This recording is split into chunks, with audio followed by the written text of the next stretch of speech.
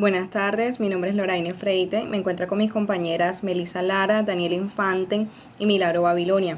En este caso queremos presentar nuestros puntos de vista sobre las políticas macroeconómicas de nuestro país. Si bien es cierto que Colombia ha logrado mantener márgenes aceptables de crecimiento económico frente a otros países de América Latina, también lo que es la política macroeconómica ha impedido que el país aproveche la potencialidad derivada de una mejor utilización de sus recursos. Por el contrario, esta política ha impuesto sacrificios innecesarios sobre la actividad económica y el bienestar de la población.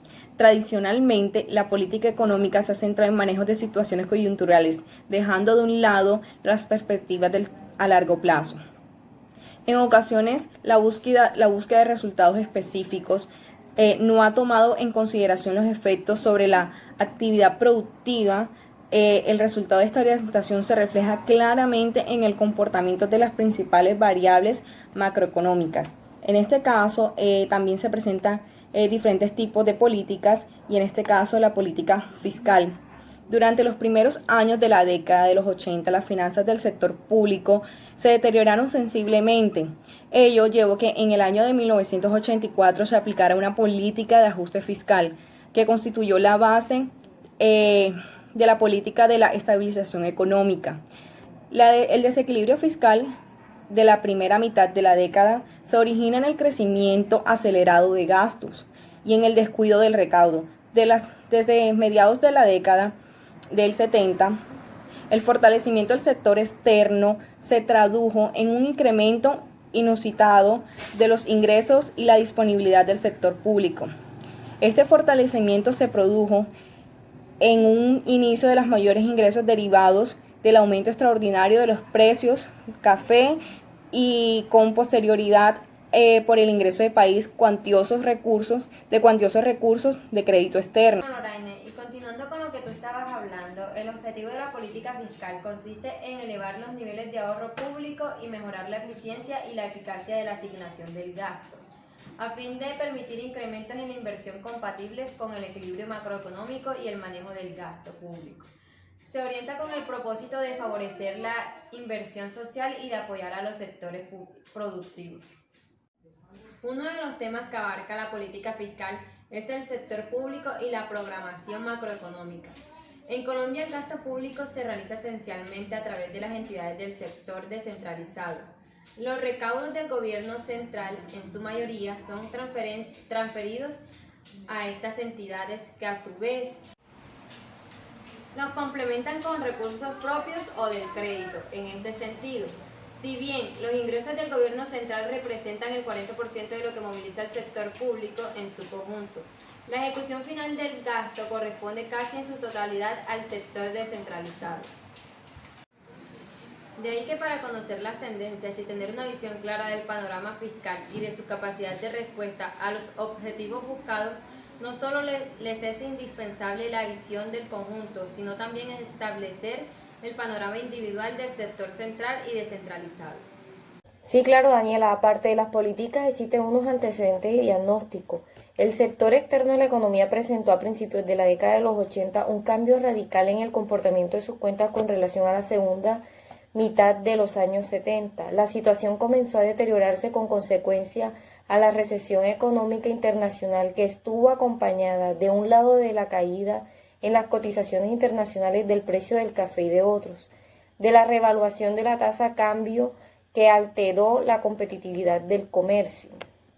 En 1980 el endeudamiento neto oficial se había multiplicado 7 veces con relación a 1978 y por cierto la liquidez que caracterizó al mercado internacional de capitales en este periodo permitió no solamente la financiación de las importaciones, sino que además tradujo en un aumento en las reservas internacionales. El ingreso neto de los capitales disminuyó a causa del cierre de los mercados internacionales de capitales para el país. Los menores ingresos netos de capital reforzaron la tendencia desfavorable de la balanza de servicios y por tanto dieron lugar a una mayor caída de las reservas internacionales durante 1983 y 1984.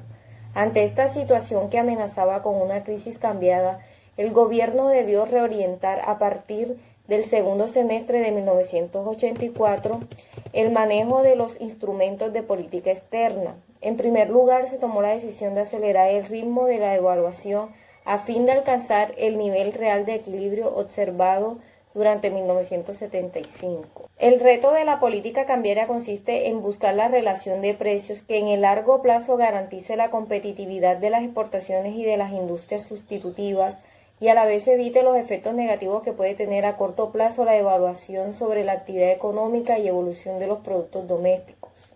Aparte, existen unas perspectivas y políticas. El objetivo fundamental de la política cambiaria es mantener a nivel de reservas internacionales que permita cumplir con las obligaciones adquiridas en moneda extranjera y asegurar montos de importaciones acordes con las metas de crecimiento del producto. Para estos efectos, el manejo de tasa en el cambio es un instrumento macroeconómico esencial, puesto que permite una adecuada regulación de los flujos externos y garantiza estabilidad cambiaria. Claro, Melissa, puedo analizar a este tema los supuestos de las proyecciones y empezaré con las exportaciones en la cuenta corriente. Los cambios en la evolución de la cuenta corriente de la balanza de pagos están determinadas en buena medida por los supuestos sobreprecios y volúmenes de exportaciones del café e hidrocarburos. Pero en términos generales, todas las proyecciones de los productos básicos están sujetas a gran incertidumbre. Los precios que se proyectan dependen de los supuestos sobre ingreso futuro, crecimiento de la población, ciclos económicos y aún factores climáticos. De hecho, lo único que se puede proyectar es una tendencia. En el año 1987 es para el café, fue para el café un año crítico, especialmente por el aumento en la producción del Brasil y su correlativo incremento de las exportaciones en un mercado que ya no se encuentra regulado. Las importaciones durante 1986 y contrariamente a lo que se prevía, dado el crecimiento de la actividad económica, las importaciones totales cayeron en un más de 250 millones de euros.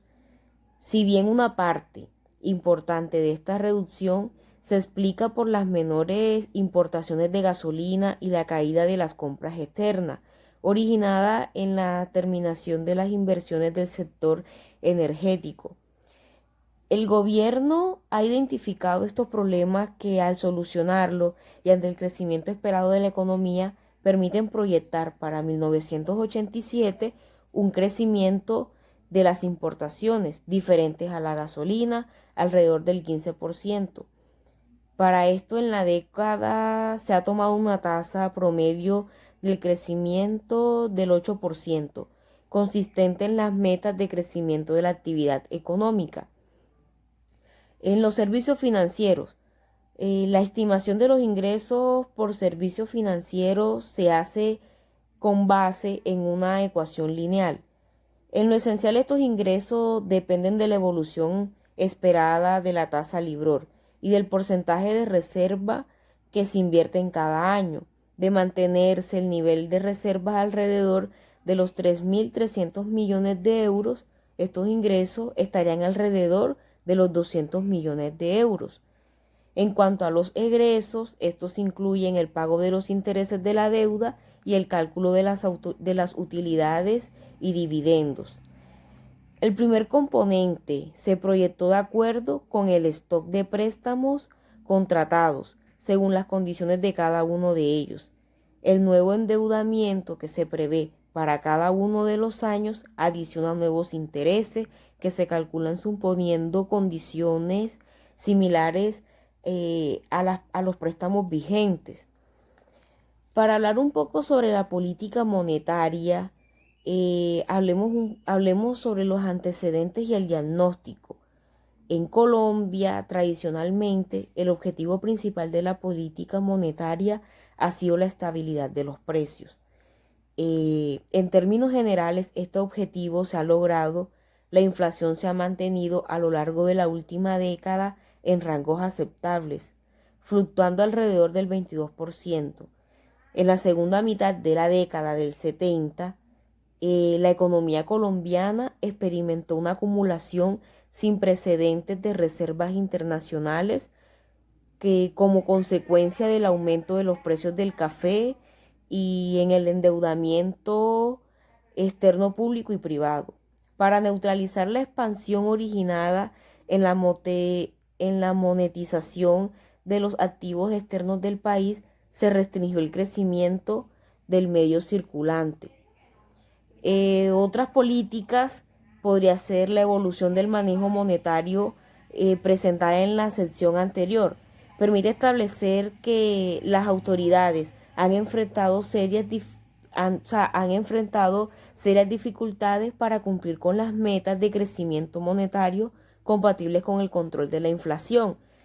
Esas dificultades se derivan de los continuos desequilibrios en los sectores externos y fiscal, que han determinado importantes presiones expansionistas sobre los medios de pago.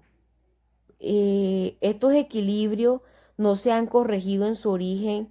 Las autoridades monetarias se han visto obligadas a utilizar una gama de instrumentos compensatorios que han tenido efectos negativos sobre la actividad productiva y en el empleo. Esta característica de la política monetaria de buscar aisladamente consistencia entre los desequilibrios de los diversos sectores económicos y las metas de crecimiento monetario ha terminado por convertirla en un instrumento de última instancia de las autoridades económicas, a medida que es ahí donde se realizan los ajustes necesarios que surgen de falta de coordinación con las políticas fiscales y cambiarlas.